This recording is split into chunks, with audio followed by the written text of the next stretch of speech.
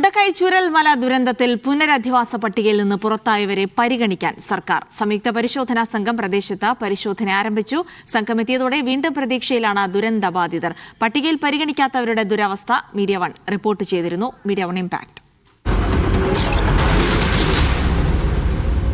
ഫൈസൽ അസീസ് വിവരങ്ങൾ നൽകും. ഫൈസൽ, അപ്പോൾ നിരവധി പേർ അർഹതപ്പെട്ടിട്ടും ആ വീടുകളൊന്നും ലഭിക്കാതെ പട്ടികയിൽ നിന്ന് പുറത്തായ ആളുകളെ സംബന്ധിച്ചിടത്തോളം വലിയ പ്രതീക്ഷയാണ്. എന്തായാലും പുതിയ ലിസ്റ്റിലെങ്കിലും ഇടം നേടാനാകുമെന്നുള്ള പ്രതീക്ഷ. അപ്പോൾ അവിടുത്തെ സംഘത്തിന്റെ പരിശോധന എങ്ങനെ പുരോഗമിക്കുന്നു?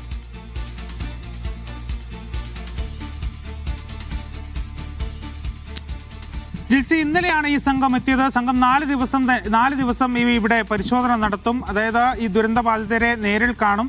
ഈ ദുരന്തബാധിതരെ മാത്രമല്ല, ഈ മുണ്ടക്കൈക്ക് സമീപ പ്രദേശങ്ങളിലുള്ള പടവെട്ടിക്കുന്ന്, അതുപോലുള്ള റാട്ടപ്പടി തുടങ്ങിയ പ്രദേശങ്ങളിലൊക്കെ ഈ സംഘം സന്ദർശിക്കും. എല്ലാവരെയും നേരിട്ട് കണ്ട ശേഷം അവരുടെ വിവരശേഖരണം നടത്തുന്നതിന് ശേഷം ഈ റിപ്പോർട്ട് സർക്കാരിന് സമർപ്പിക്കും. സർക്കാരാണ് ഇതിൽ തുടർ നടപടി സ്വീകരിക്കുക. ഏതായാലും പൂർണ്ണമായും നാമാവശേഷമായ മുണ്ടക്കൈ ഉൾപ്പെടെയുള്ള ഭാഗങ്ങളിൽ, മുണ്ടക്കൈയും അതുപോലെ പുത്തുമല ഉൾപ്പെടെയുള്ള ഭാഗങ്ങളിലൊക്കെ തന്നെയും, പുത്തുമല പുഞ്ചിരിമട്ടം ഉൾപ്പെടെയുള്ള ഭാഗങ്ങളിലൊക്കെ തന്നെയുള്ള പ്രദേശവാസികൾ, അന്ന് താമസിച്ചവരൊക്കെ തന്നെയും ഇത്തരത്തിൽ ഈ പട്ടികയിൽ ഉൾപ്പെടാതെ പോയവരുണ്ടായിരുന്നു. അവരുടെയൊക്കെ വിവരശേഖരണം നടത്തുമെന്നാണ് അറിയുന്നത്. അത് മാത്രമല്ല, എല്ലാ വിവരശേഖരണവും നടത്തിയ ശേഷമായിരിക്കും സർക്കാർ റിപ്പോർട്ട് സമർപ്പിക്കുക.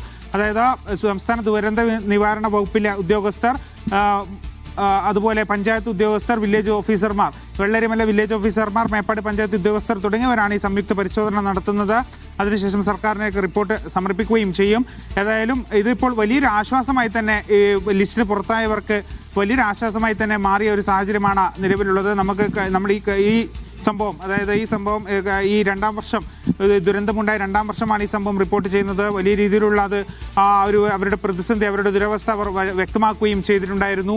ഇതിന് പിന്നാലെ അന്ന് ജില്ലയിലെത്തിയ റവന്യൂ മന്ത്രി AP അനിൽകുമാറിനോട് ഈ സംഭവം ചോദിക്കുകയും ചെയ്തു. അദ്ദേഹം പറഞ്ഞത്, അത്തരത്തിൽ അർഹതപ്പെട്ടവരുണ്ടെങ്കിൽ ഉറപ്പായും പരിഗണിക്കുമെന്നാണ് അദ്ദേഹം പറഞ്ഞത്. അതിന് തൊട്ടു പിന്നാലെയാണ് ഇത്തരത്തിൽ സംഘം സന്ദർശിക്കാനെത്തിയത്. 4 ദിവസം സംഘം ഈ പരിശോധന നടത്തും. പരിശോധന നടത്തിയ ശേഷം സർക്കാർ റിപ്പോർട്ട് സമർപ്പിക്കും. പിന്നീട് തുടർ നടപടികൾ സ്വീകരിക്കേണ്ടത് സർക്കാരാണ്. ശരി, ഫൈസൽ അസീസാണ് വിവരങ്ങൾ നൽകിയത്.